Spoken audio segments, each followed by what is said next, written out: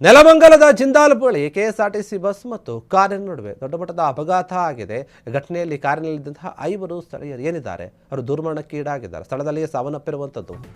ನೆಲಮಂಗಲದ ಜಿಂದಾಲ್ ಬಳಿ KSRTC bus ಮತ್ತು ಕಾರಿನ ನಡುವೆ ದೊಡ್ಡ ಮಟ್ಟದ ಅಪಘಾತ ಆಗಿದೆ. ಘಟನೆಯಲ್ಲಿ ಕಾರಿನಲ್ಲಿದ್ದಂತಹ 5 ಸ್ಥಳೀಯ ಯುವಕರೇನಿದ್ದಾರೆ ದುರ್ಮರಣಕ್ಕೀಡಾಗಿದ್ದಾರೆ. ದೊಡ್ಡಬಳ್ಳಾಪುರ ಹರ್ಷಿತ್, ನಿಖಿಲ್ ಮತ್ತು ಇತರ 3 ಸಾವಾಗಿದೆ. ನಿಯಂತ್ರಣದ ತಪ್ಪಿದಂತಹ ಕಾರು ಡಿವೈಡರ್ ಜಂಪ್ ಮಾಡಿ ಬಸ್ಗೆ ನೇರವಾಗಿ ಡಿಕ್ಕಿ ಹೊಡೆದಿದೆ. ಮೃತ ಹರ್ಷಿತ್ ರಾಜನಕುಂಟೆಯ ಸಾಯಿ ವಿದ್ಯಾ ಕಾಲೇಜಿನ ದ್ವಿತೀಯ ವರ್ಷದ ವಿದ್ಯಾರ್ಥಿ ಅಂತ ಹೇಳಲಾಗ್ತಾ ಇದೆ. ರಾತ್ರಿ ಸ್ನೇಹಿತರನ್ನ ಭೇಟಿ ಮಾಡಲು ಹೋದಾಗ ಸಂಭವಿಸಿದೆ ಈ ದುರಂತ. ಅಪಘಾತದ ರಭಸಕ್ಕೆ ಕಾರು ಸಂಪೂರ್ಣವಾಗಿ ನಚ್ಚುಗುಜ್ಜಾಗಿದ್ದು ಬಸ್ ಮುಂಭಾಗ ಜಖಂ ಆಗಿದೆ. ಮಾದನಾಯಕನಹಳ್ಳಿ ಪೊಲೀಸ್ ಠಾಣೆಯಲ್ಲಿ ಪ್ರಕರಣ ದಾಖಲಾಗಿದೆ. 5 ಮೃತದೇಹಗಳನ್ನು ನೆಲಮಂಗಲ ಸರ್ಕಾರಿ ಆಸ್ಪತ್ರೆಗೆ ರವಾನೆ ಕೂಡ ಮಾಡಲಾಗಿದೆ. ನೋಡಿ, ನೆಲಮಂಗಲದ ಜಿಂದಾಲ್ ಬಳಿ ಆಗಿರುವಂಥದ್ದು ಘಟನೆ ಇದು. ಕೆಎಸ್ಆರ್ಟಿಸಿ ಬಸ್ ಮತ್ತು ಕಾರು ಇದೆರಡರ ನಡುವೆ ಡಿಕ್ಕಿ ಆಗಿದೆ, ಅಪಘಾತ ಆಗಿದೆ. ಈ ಅಪಘಾತದಲ್ಲಿ 5 ಜನ ಯುವಕರೇನಿದ್ದಾರೆ ಅವರು ಸಾವನ್ನಪ್ಪಿದ್ದಾರೆ. ನಿಯಂತ್ರಣ ತಪ್ಪಿ ಡಿವೈಡರನ್ನು ಜಂಪ್ ಮಾಡಿ ಹೋಗಿ ಬಸ್ಗೆ ಡಿಕ್ಕಿ ಹೊಡೆದಿದೆ ಕಾರು. ರಾತ್ರಿ ಸಮಯದಲ್ಲಿ ಗೊತ್ತಾಗಿರಲ್ಲ ಇವರಿಗೆ. ದೊಡ್ಡಬಳ್ಳಾಪುರದ ಹರ್ಷಿತ್, ನಿಖಿಲ್ ಮತ್ತು ಅದರ ಇನ್ನು ಯಾರ್ಯಾರು ಇರ್ತಲ್ಲ 3 ಜನ ಅವರೆಲ್ಲರೂ ಸೇರಿ ಕಾರಲ್ಲಿ ಹೋಗ್ತಾ ಇರ್ತಾರೆ. ಹೋಗಬೇಕಾದ್ರೆ ಈ ಘಟನೆ ಆಗಿದೆ.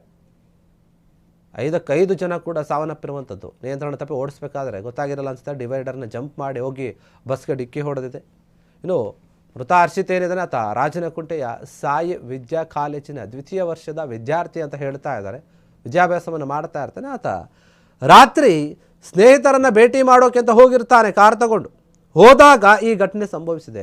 ಚಿಕ್ಕ ಮಕ್ಕಳ ಕೈಗೆ ಇಂತಹ ದೊಡ್ಡ ವಾಹನಗಳನ್ನು ಕೊಟ್ಟಾಗ ಈ ರೀತಿಯಾದ ದುರಂತ ಆಗುತ್ತೆ. ಅವ್ರು ಸರಿಯಾಗಿ ಕಲ್ತಿರ್ತಾರೋ ಇಲ್ಲೋ ಗೊತ್ತಿಲ್ಲ.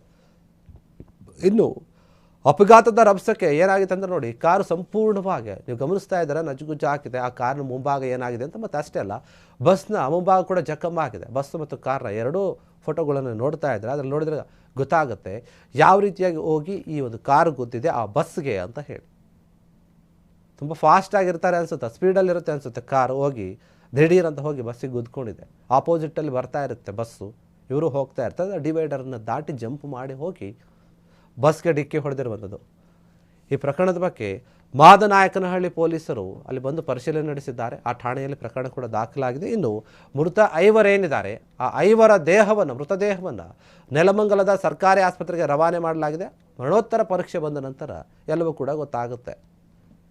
ಪೋಸ್ಟ್ಮಾರ್ಟಮ್ ಮಾಡ್ತಾರೆ. ಆ ನಂತರ ಆ ದೇಹಗಳನ್ನು ಬೇರೆಯವರಿಗೆ ರವಾನೆ ಮಾಡ್ತಾರೆ, ಸಂಬಂಧಪಟ್ಟಂತಹ ಕುಟುಂಬದವರಿಗೆ.